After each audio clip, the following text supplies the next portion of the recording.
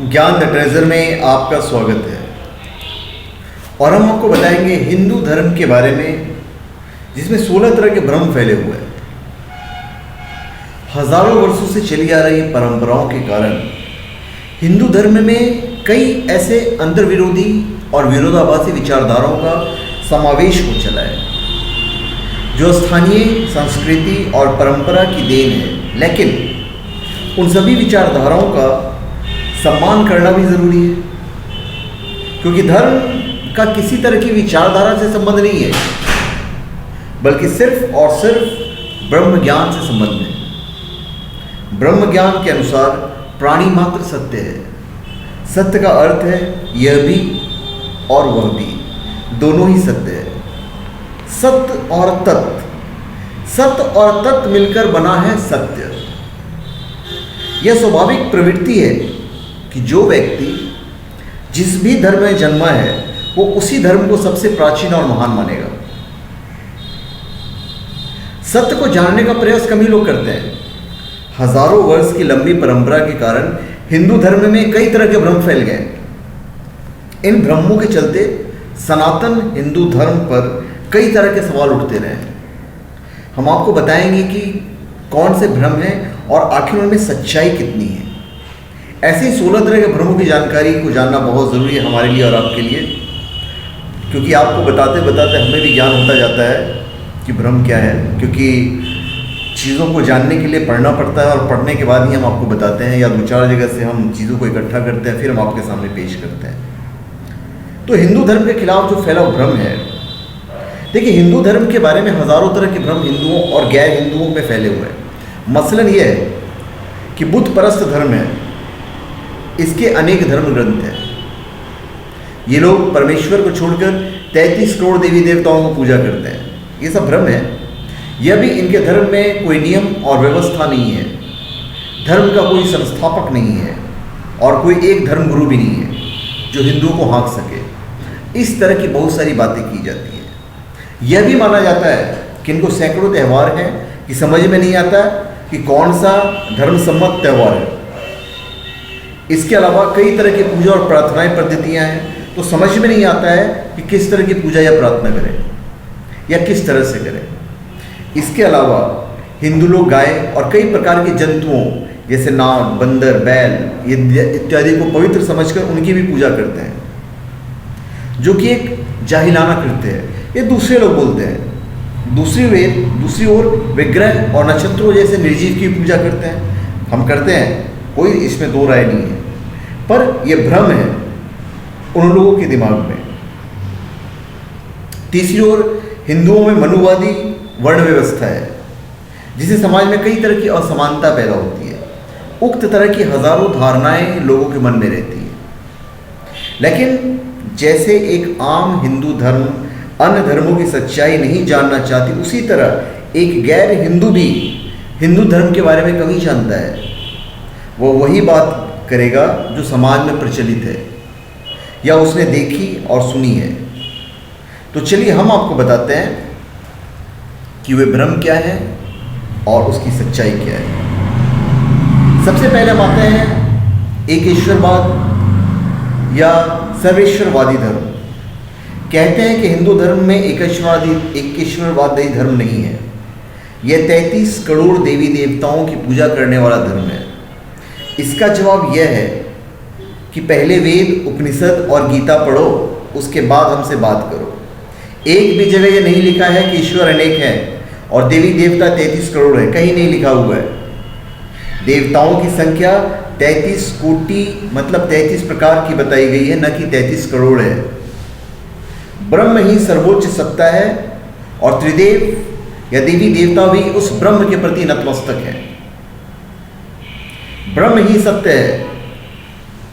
असल में कितने देवी देवता हैं और क्यों हैं? हिंदू देवी देवताओं का समूह और उनके कार्य क्या हैं? सबसे पहले हम उस पर आते हैं कि ब्रह्म ही सत्य है। वेदों और उपनिषदों में सत्य को हजारों तरीकों से समझाया गया है। ब्रह्म ही सत्य है। ब्रह्म शब्द का कोई समानार्थी शब्द नहीं है। जब तक आप ब्रह्म दर्शन को नहीं समझेंगे तब तक आप भ्रम में ही रहेंगे। किसी भी धर्म की प्रार्थना या पूजा पद्धति से इस सत्य को नहीं जाना जा सकता है। ब्रह्म क्या है, यह समझने के लिए उपनिषदों का गहरा अध्ययन जरूरी है भाई। उपनिषद पढ़ोगे नहीं, वेद पढ़ोगे नहीं, कुछ पढ़ोगे नहीं, उसके बाद बोलोगे यार तुम्हारे 33 करोड़ देवी देवता है। अरे यार तुम हमारे पहले धर्म ग्रंथों को तो पढ़ो, कहीं नहीं लिखा हुआ कि 33 करोड़ देवी देवता है। बकवास करते हो सिर्फ। उपनिषदों का गहरा अध्ययन जरूरी है और ब्रह्म को जानने का एकमात्र उपाय योग और ध्यान है। योग और ध्यान जिसे आज साइंस मानता है। फिर है षड दर्शन। हिंदू धर्म में इस ब्रह्म को जानने के लिए कई तरह के मार्गों का उल्लेख किया गया है। वेदों के इन मार्गों के आधार पर ही 6 तरह के दर्शन को लिखा गया है, जिसे षड दर्शन कहते हैं। वेद और उपनिषद को पढ़कर ही 6 ऋषियों ने अपना दर्शन गढ़ा है।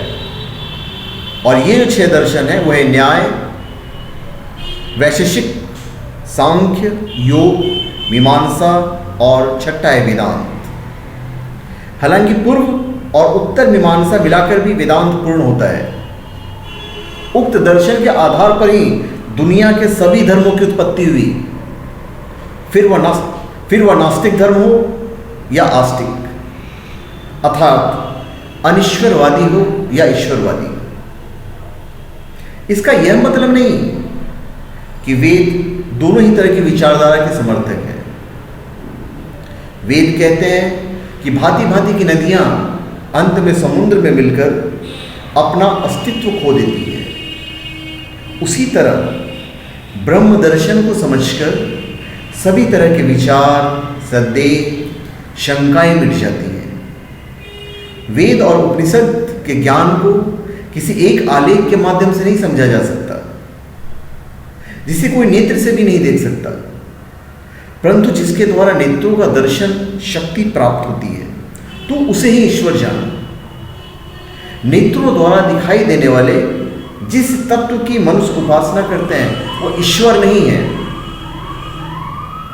जिनके शब्द वो कानों के द्वारा सुनाई नहीं दिया जा सकता, किंतु जिनसे इन कानों को सुनने की क्षमता प्राप्त होती है, उसी को तो ईश्वर समझ। परंतु कानों द्वारा सुने जाने वाले जिस तत्व की उपासना की जाती है वो ईश्वर नहीं है। वो प्राण के द्वारा प्रेरित नहीं होता है, किंतु जिससे प्राण शक्ति प्रेरणा प्राप्त करता है उसे तू ईश्वर जान। प्राण शक्ति से चेष्टावान हुए जिन तत्वों की उपासना की जाती है वो ईश्वर नहीं है। एक ही धर्म ग्रंथ है और वो है वेद। वेद के अलावा हिंदू धर्म का कोई अन्य धर्म ग्रंथ नहीं है। वेद के विस्तृत ज्ञान को विषयानुसार पूर्व काल में 4 हिस्सों में विभाजित किया गया है। वेदों के अंतिम भाग या अरण्यक को उपनिषद कहते हैं। अंतिम भाग होने के कारण इसे ही वेदांत कहा जाता है। वेद को श्रुति ग्रंथ कहा जाता है, अर्थात जिन्होंने उसे सुना। वेद को छोड़कर सभी अन्य ग्रंथों को स्मृति ग्रंथ कहा जाता है, अर्थात सुनी हुई बातों का पीढ़ी दर पीढ़ी स्मरण रखना और उसे समय तथा काल के साथ ढालना। इस तरह श्रुति और स्मृति 2 तरह के ग्रंथ हो गए। इसमें से सिर्फ श्रुति ही धर्म ग्रंथ है और श्रुति का मतलब हुआ वेद। श्रुति ग्रंथ वेद अपरिवर्तनशील है, क्योंकि इनकी रचना मूल छंद और काव्य के रूप में इस तरह के विशेष ध्वनि शब्दों से हुई है, जिसके कारण इनमें संशोधन या परिवर्तन करना असंभव है। वैदिक ज्ञान को अच्छे तरीके से षड दर्शन और स्मृतियों के माध्यम से समझाया जाता है। वेदों का सार कहें या निचोड़ उपनिषद है। उपनिषद लगभग 1000 से ज़्यादा है। उपनिषदों का सार और निचोड़ ब्रह्मसूत्र है। ब्रह्मसूत्र का भी सार और निचोड़ गीता है।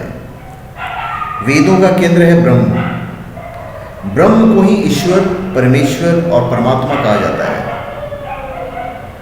सभी तरह की स्मृतियाँ, सूत्र, उपवेद आदि सभी वेदों को अच्छे से समझने और समझाने वाले ग्रंथ हैं। अब जहाँ तक सवाल पुराण, रामायण और महाभारत जैसे ग्रंथों का है, तो ये भारत के इतिहास ग्रंथ हैं।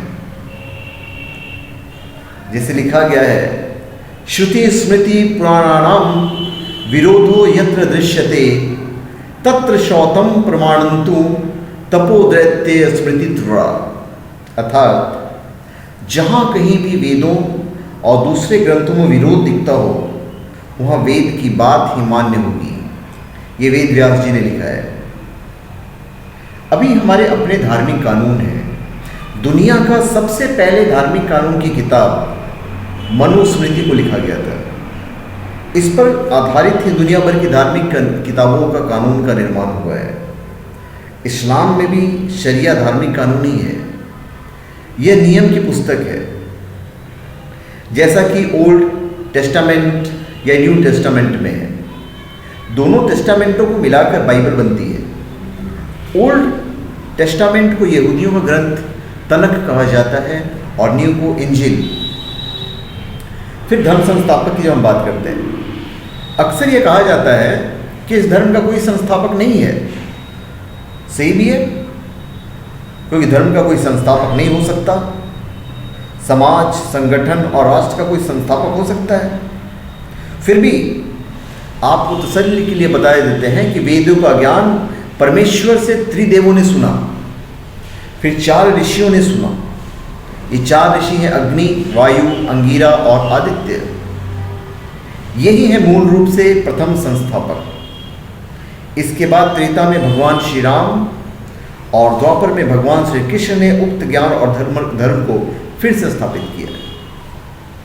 तो कौन है हिंदुओं का इष्टदूत?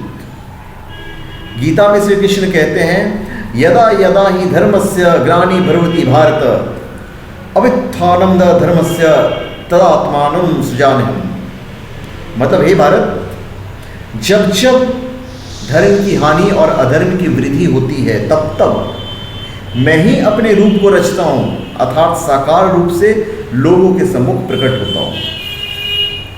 माना जाता है कि कलयुग में विष्णु के 9वें अवतार भगवान बुद्ध ने फिर से सनातन धर्म की स्थापना की है। विद्वान या शोधकर्ता मानते हैं कि बौद्ध धर्म हिंदू धर्म का नया रूप है, लेकिन कुछ लोग इससे इत्तेफाक रखते हैं क्योंकि भगवान बुद्ध को अनिश्वरवादी माना जाता है। अभी मूर्ति पूजकों का धर्म नहीं है। वैसे ब्रह्म मतलब ईश्वर, परमेश्वर या परमात्मा, वैसे ब्रह्म की कोई मूर्ति या तस्वीर नहीं बनाई जा सकती है।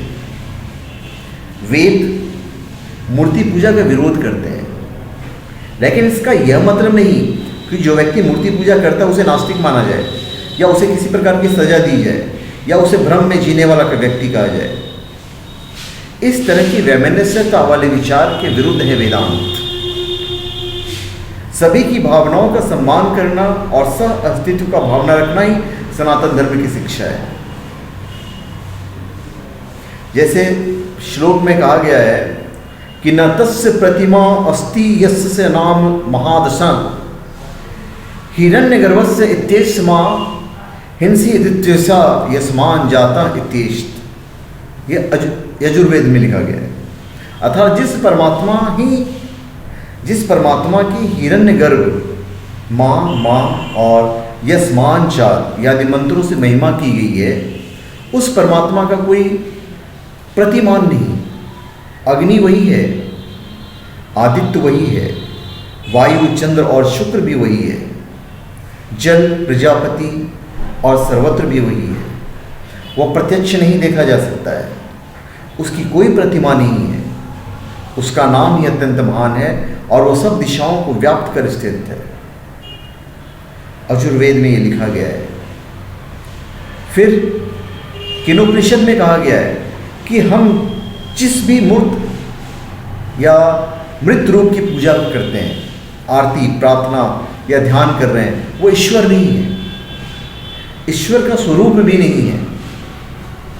जो भी हम देखते हैं या जो भी हम देख रहे हैं, जैसे मनुष्य, पशु, पक्षी, वृक्ष, नदी, पहाड़, आकाश आदि, फिर जो भी हम श्रवण कर रहे हैं, जैसे कोई गीत, गर्जना इत्यादि, फिर जो हम अन्य इंद्रियों से अनुभव कर रहे हैं, समझ रहे हैं, उपरोक्त सब कुछ ईश्वर में ही है, लेकिन ईश्वर के द्वारा हमें देखने, सुनने और सांस लेने की शक्ति प्राप्त होती है। इस तरह से ही जानने वाले ही निराकार सत्य को मानते हैं। यही सनातन सत्य है। स्पष्ट है कि वेद के अनुसार ईश्वर की ना तो कोई प्रतिमा या मूर्ति है और ना ही उसे प्रत्यक्ष रूप में देखा जा सकता है। अभी सवाल ये उठता है कि हम मूर्ति पूजा करें या नहीं करें। इसका जवाब हम अगले वीडियो में देंगे, क्योंकि वीडियो लंबा हो रहा है, आप भी सुनते सुनते बोर हो जाएंगे। तो धन्यवाद। आप हमारे चैनल पे सब्सक्राइब करें और अपने कमेंट दीजिए। धन्यवाद।